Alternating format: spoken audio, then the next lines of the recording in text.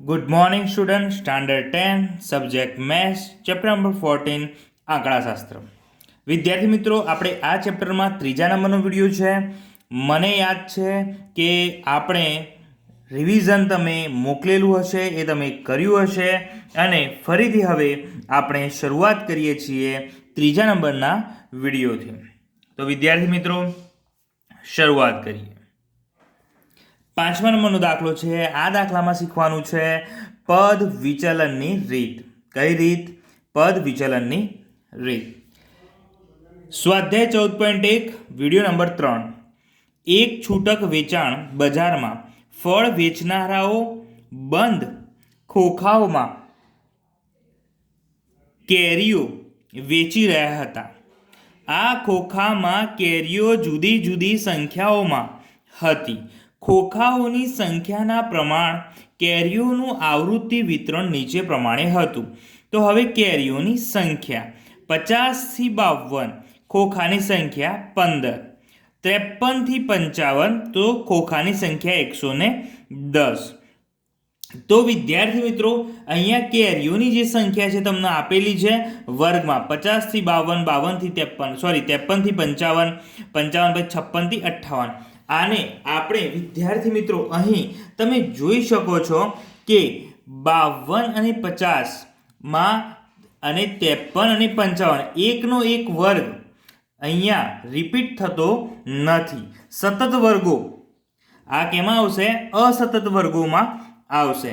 તો અહીંયા બંધ ખોખામાં મૂકેલ કેરીઓની સંખ્યાનો મધ્યક શોધી કાઢવાનો છે, અને આપણે રીત લઈશું પદ વિચલનની રીતે. તો એ બરાબર આપણે ધારી લઈશું 57 અને h બરાબર 3 મળી જશે. તો હવે વિદ્યાર્થી મિત્રો આગળ વધીએ. તો હવે વિદ્યાર્થી મિત્રો, અહીં h બરાબર જે 3 લીધા છે એ કેવી રીતે તમે જોશો કે વર્ગ 52 માંથી 50 અધસીમા ઉધ્વ સીમામાંથી અધસીમા બાદ કરતા આપણને 2 મળે છે. તો અહીંયા 3 કેવી રીતે આવ્યા?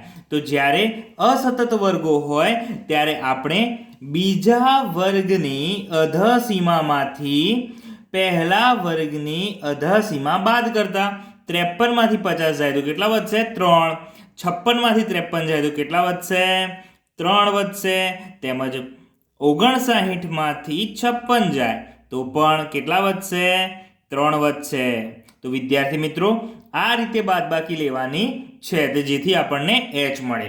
હવે અહીંયા આપણે વર્ગો લખેલા છે, ત્યાર પછી અહીંયા ખોખાઓની સંખ્યા છે જે અહીંયા આપણને રકમમાં આપેલ છે. હવે આપણે મધ્ય કિંમત અહીંયા શોધેલી છે. કેવી રીતે મળશે? તો 50 વત્તા 52 ભાગ્યા 2, તો આપણને શું મળશે? મધ્ય કિંમત. આને શું કહેવાય? અધસીમા વત્તા ઉધ્વ સીમા ભાગ્યા 2, તો કેટલા મળ્યા? 51. જો સરળતાપૂર્વક 50 થી શરૂ કરીએ તો 51. 50 અને 52 ની વચ્ચે શું આવે છે? 51. 53 અને 55 ની વચ્ચે શું આવે છે? 54. 56 અને 58 ની વચ્ચે શું આવે છે? 57. અને 59 અને 61, 59 અને 61 ની વચ્ચે શું આવે છે? 60. 62 અને 64 ની વચ્ચે શું આવે છે? તો 63. તો આ રીતે આપણે શું શોધ્યું છે? મધ્ય કિંમત. ત્યાર પછી હવે યુઆઈ શોધવાનું છે. યુઆઈ શોધવા માટે સૂત્ર છે xi માઇનસ a ભાગ્યા h. હવે xi તો આ રહ્યો, હવે માઇનસ a તો એ પણ આ રહ્યો. ખ્યાલ આવી ગયો? xi માઇનસ a ભાગ્યા h. તો ત્યારે પદ વિચલનમાં અહીંયા આપણે a 57 ને ધાર્યો છે, તેની સામે શું થશે? 0. હવે એના ઉપરની શરૂઆતમાં -1, -2 અને નીચે 1 અને 2. તમે આનું સાદુરૂપ આપો તો તમને -1 જ જવાબ મળે છે. જેમ કે 51 છે અને અહીંયા 57 છે, તો xi આ રહ્યો અને આ 57. તો 51 માંથી જ્યારે 57 તમે બાદ કરો અને પછી 3 વડે ભાગશો તો તમને -1 જવાબ મળી જશે. -2 જવાબ મળી જશે. અને હવે 54 માંથી તમે 57 ને બાદ કરો, 54 માંથી 57 ને બાદ કરો અને પછી તમે 3 વડે ભાગશો તો તમને -1 જવાબ મળી જશે. અને આ જ્યારે પદ વિચલનની રીતની શરૂઆત કરતા હોઈએ તો એના સામે 0 મૂકીને ક્રમિક માઇનસ ઋણ સંખ્યા ઉપરની તરફ અને ક્રમિક ધન સંખ્યા નીચેની તરફ તમારે લખી દેવાની રહેશે. તો ઇઝી જ છે, જવાબ તમારો એ પ્રકારે જ આવશે. હવે અહીંયા 0 નો 0. હવે એફઆઈ યુઆઈ શોધવાનું છે. તો એફઆઈ આપણા જોડે છે આ રહ્યું અને યુઆઈ આ રહ્યું. તો 15 ગુણ્યા 2 એ પણ માઇનસમાં છે, એટલે શું થાય 15 દૂની 30 અને માઇનસ એમના એમ. હવે આ બંનેનો ગુણાકાર કરી તો આ જ રીતે આપણે શું મેળવ્યું એફઆઈ યુઆઈ. ત્યાર પછી આ બધાનો સરવાળો કરતા આપણને 25 મળે છે. પહેલા આ બેઓનો સરવાળો કરીશું અને પછી આ બંનેનો સરવાળો કરવો પડશે. તો વિદ્યાર્થી મિત્રો, સરવાળો કર્યા બાદ અહીંયા માઇનસ પ્લસ માઇનસ સંખ્યા થશે અને અહીંયા જવાબ શું આવશે 25. તો હવે અહીંયા જોઈ શકો છો કે આ બંનેનો સરવાળો કેટલો થાય છે -140 અને આ બંનેનો સરવાળો કેટલો થાય છે 165. તો અહીંયા તમે લખો આ રીતે -140 વત્તા 165. તો પ્લસ માઇનસ માઇનસ, તો જવાબ કેટલો મળશે આપણને પ્લસમાં મળશે. મોટાની સંખ્યાનું ચિહ્ન શું છે પ્લસ, તો અહીંયા 25 આવી ગયા. અહીંયા 25. બસ આ રીતે આપણે અહીંયા કિંમત મેળવવાની છે. ત્યાર પછી આપણે સૂત્રમાં જે ઇમ્પોર્ટન્ટ વસ્તુ જોઈતી હતી તે આપણે અહીંયા શોધી લીધેલ છે. જેમ કે સૂત્ર શું હતું, પદ વિચલનનું x બાર બરાબર a plus sigma FI UI ભાગ્યા સિગ્મા એફઆઈ ગુણ્યા h. તો વિદ્યાર્થી મિત્રો, એની જગ્યા પર શું મૂક્યું છે 57, જે અહીંયા આપણે રકમમાં લીધેલ હતા. હવે સિગ્મા એફઆઈ યુઆઈ, તો એ ક્યાં છે સિગ્મા એફઆઈ યુઆઈ, આ રહ્યા 25. સિગ્મા એફઆઈ તો એ આપણી આવૃત્તિનો સરવાળો 400 ગુણ્યા h, જે આપણે h બરાબર 3 કિંમત મેળવી હતી. ત્યાર પછી હવે સાદુરૂપ આપ્યું છે અને સાદુરૂપને અંતે આપણને જવાબ પ્રાપ્ત થાય છે. સાદુરૂપમાં શું છે, કિંમતો મૂક્યા બાદ અહીંયા 25 ભાગ ચાલ્યો છે, તેમજ 3 ભાગ્યા ચોકું 16. તો 57 વત્તા 3 ભાગ્યા 16, 57 એમના એમ. તમે આ બંનેનો ભાગાકાર કરશો તો 0.5875 કિંમત મળે છે. ત્યાર પછી બંનેનો સરવાળો કરતા 57.1875 આપણને મૂલ્ય મળે છે. અને પોઈન્ટ પછીના ત્રીજા આંકડામાં આપણે જોઈએ તો 5 કરતાં વધારે મૂલ્ય છે, તો આપણે આ 18ની જગ્યાએ 19 લખી શકીએ છીએ. 57.19 આશરે. તો વિદ્યાર્થી મિત્રો, આ થયો આપણી પદ વિચલનની રીત. હવે આપણે વિદ્યાર્થી મિત્રો 8મા નંબરનો દાખલો કે જેમાં આપણે ધારેલા મધ્યકની રીતે દાખલો ગણીશું. એક વર્ગના સમગ્ર સત્રની 40 વિદ્યાર્થીઓની ગેરહાજરીની યાદી વર્ગ શિક્ષકો પાસે છે. વિદ્યાર્થીઓની ગેરહાજર દિવસોની સંખ્યાનો મધ્યક શોધવાનો છે.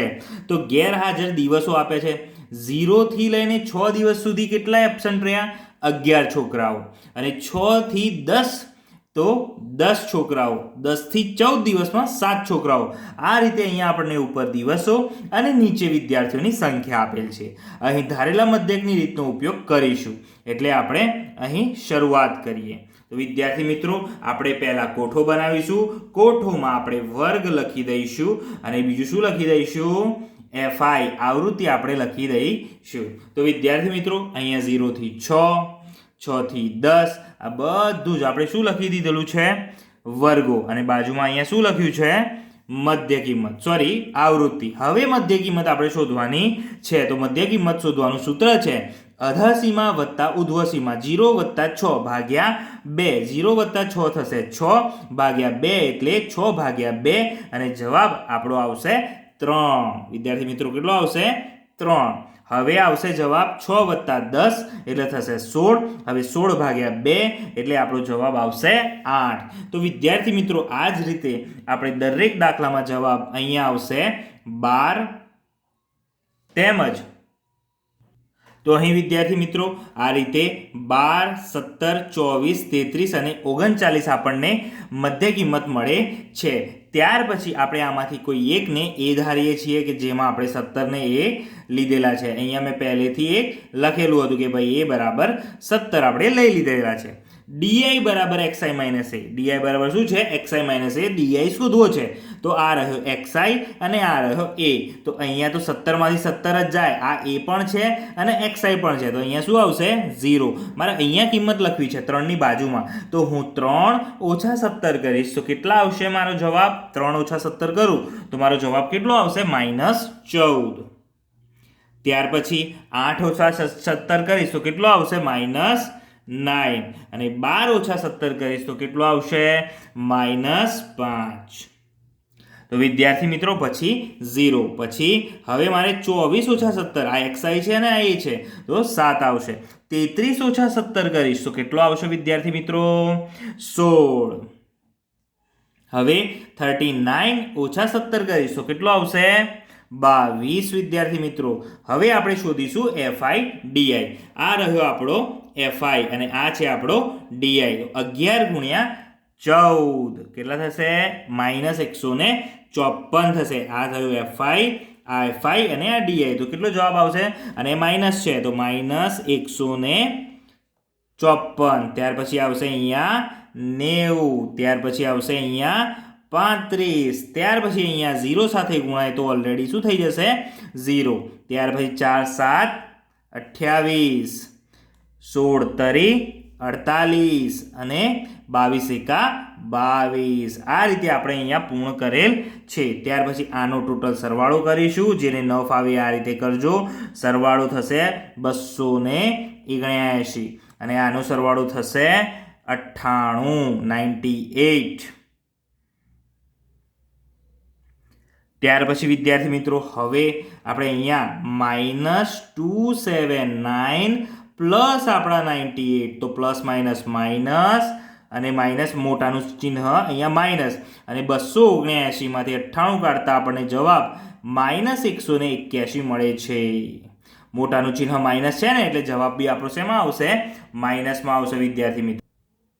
તો અહીં વિદ્યાર્થી મિત્રો મધ્યક ધારેલા મધ્યકનું સૂત્ર મૂકીશું. ધારેલા મધ્યકનું સૂત્ર થશે a + સિગ્મા fi di અપન સિગ્મા fi. એની કિંમત છે 17 ધારેલી આપણી આ રહી. સિગ્મા fi di આપણે શોધી લીધો છે -181 ભાગ્યા 40. હવે આ બંનેનો ભાગાકાર કરતા આપણને મળે છે 4.525 અને આ થશે પ્લસ માઇનસ x બાર = 12.475 આશરે આપણને જવાબ મળશે. તો એમ કહી શકાય વિદ્યાર્થીઓની ગેરહાજર દિવસોની સંખ્યાનો મધ્યક 12.48 દિવસ થાય છે. તો આ વિદ્યાર્થી મિત્રો આજે ચાલેલા બંને દાખલા નોટબુકમાં લખવા. હવે આગલા વિડીયોમાં આપણે નવા પ્રકરણની શરૂઆત કરીશું. તે ધ્યાનપૂર્વક આપણે શીખવાનું રહેશે. આ ચેપ્ટરની પ્રેક્ટિસ નોટબુકમાં કરતું રહેવું. અસ્તુ. જય હિન્દ, જય ભારત.